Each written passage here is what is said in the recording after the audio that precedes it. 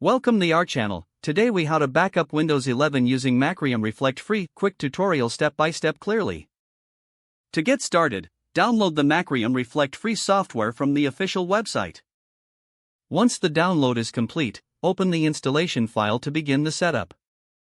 Follow the on-screen prompts to install the software, ensuring you select the correct options.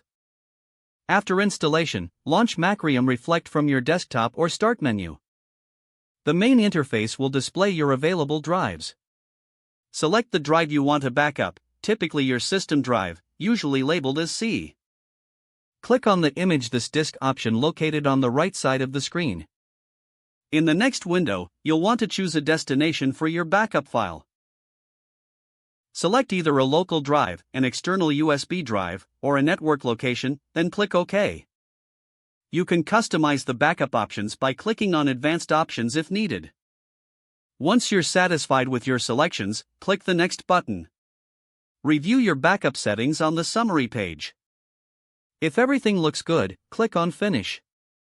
You will then have the option to run the backup immediately or schedule it for later.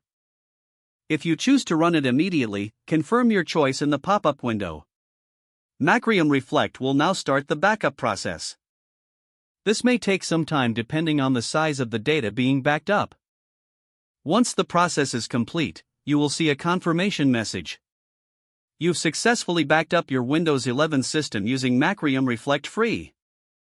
If the page does not load, refresh the browser or try again in a private or incognito window. Make sure you are using the correct email address, then retype it carefully to avoid small typos. If your password is not accepted, use the reset option and create a new strong password you can remember.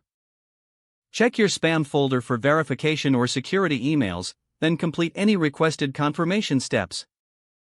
Enable two-factor authentication if available to improve account security and reduce unauthorized access risk. After signing in, review your profile details so your contact information and settings are accurate and current. If you see an error message, note it down and try again after restarting your device and internet connection.